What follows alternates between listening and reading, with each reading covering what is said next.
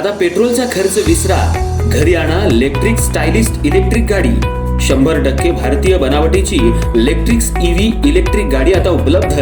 5 वर्षांची वॉरंटी, आकर्षक कलर्स आणि स्पोर्ट्स डिझाइन। एकदा चार्ज करा आणि 100 ते 140 किलोमीटर पर्यंत रेंज। अत्याधुनिक सर्व्हिस सुविधा, लोन सुविधा सुद्धा उपलब्ध। आजच भेट द्या साई मोटर्स, किसान चौक, इचलकरंजी। संपर्क 93 73 27 57 52 किंवा 0230 299 77 66। नो पेट्रोल नो टेन्शन, इलेक्ट्रिकचा स्मार्ट पर्याय।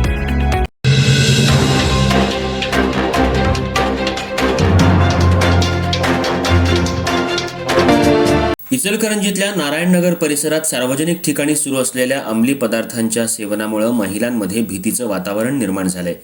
या पार्श्वभूमीवर परिसरातल्या महिलांनी गावभाग पोलीस ठाण्याच्या सहाय्यक पोलीस निरीक्षक पूनम माने यांना निवेदन देत तात्काळ कारवाईची मागणी केली। यावेळी परिसरातील महिला मोठ्या संख्येने उपस्थित होत्या। इचलकरंजी शहरात नारायणनगर इथं भवानी सांस्कृतिक हॉल, विठ्ठल मंदिर तसंच अंगणवाडी परिसरात काही समाजकंटकांकडून खुलेआम दारू, गांजा आणि इतर अंमली पदार्थांचं सेवन केलं जात असल्याचा आरोप परिसरातल्या महिलांनी केलाय। या प्रकारामुळे महिला, लहान मुलं आणि ज्येष्ठ नागरिकांना मोठा त्रास सहन करावा लागत असून परिसरात असुरक्षिततेचं वातावरण निर्माण झाल्याचं निवेदनात नमूद करण्यात आलंय। महिलांनी दिलेल्या निवेदनात या परिसरात अंगणवाडी असून दररोज अनेक लहान मुलं येत असतात। तसंच विठ्ठल मंदिरात धार्मिक कार्यक्रमांसाठी भाविकांची सतत वर्दळ असते।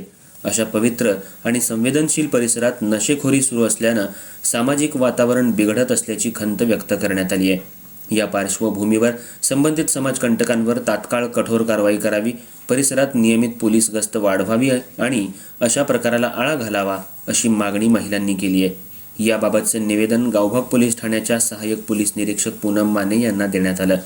यावेळी नारायणनगर परिसरातील महिला मोठ्या संख्येने उपस्थित होत्या। परिसरात शांतता आणि सुरक्षितता कायम राखण्यासाठी पोलिसांनी त्वरित पावलं उचलावीत अशी अपेक्षाही महिलांनी व्यक्त केली आहे।